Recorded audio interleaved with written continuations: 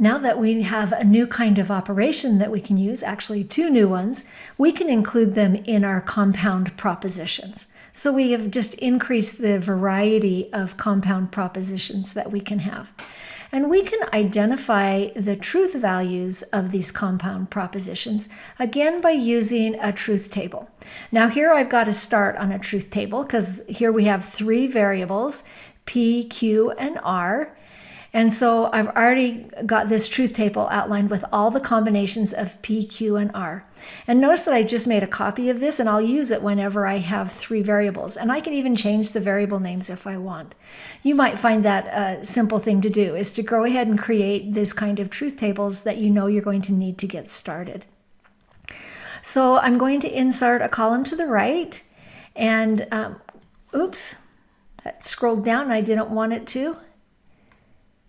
All right, and what I'm going to do is I'm going to copy this part, and I'm going to do this one first and put it in there. All right, now what's the truth value of this? Remember that our table says it's if and only if. So Q is true if and only if P is true. So let's look at that. Q is true if and only if P is true. That one's true. So we see that's true.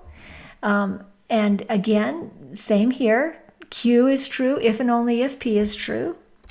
So now we say Q is true if and only if P is true.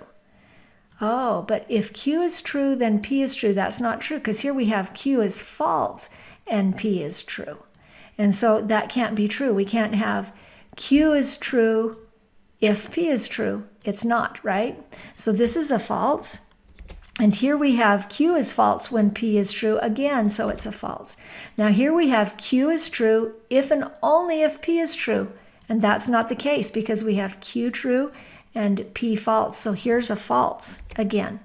And same combination is a false. Now Q is false and P is false. So they're both false. And so it doesn't matter. The biconditional doesn't say anything about rules if they're both false. Right? It only says if they're true. They have to both be true. And so this one is actually true, because the false, them both being false, is fine. It doesn't break the rule at all. All right, and that's our truth table for the biconditional operation. Let's go ahead and insert a column to the right and do this part of it. And now we just have if P, then R. And so now we're working with this column P and this column R.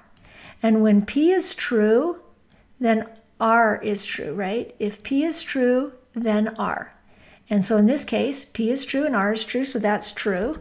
And now we say if P is true and R is false, so that does break the condition. So that's false. And now we have P is true and R is true, so that works. And then P is true, but R is false, so that breaks the condition. And now when we have if P, then R, so if P is true, then we're concerned about the value of R. But in the case where P is false, it doesn't matter what the value of R is, because this rule only applies when P is true. So now these are all true, because P is false, and so R can either be true or false. It doesn't matter. And so those are all true. So now we've done this part of the operation.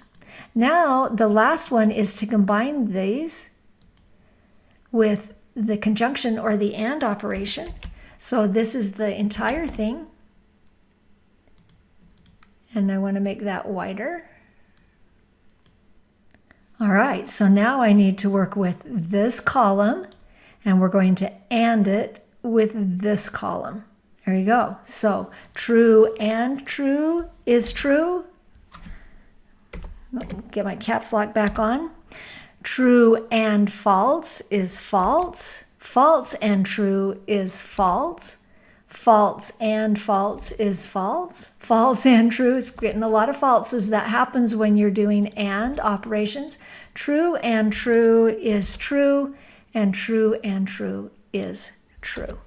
So we ended up with 3 trues and 5 falses, and these are the truth values of this compound proposition. And we've looked at every combination of trues and falses for those variables and found out what the truth value is of that compound proposition.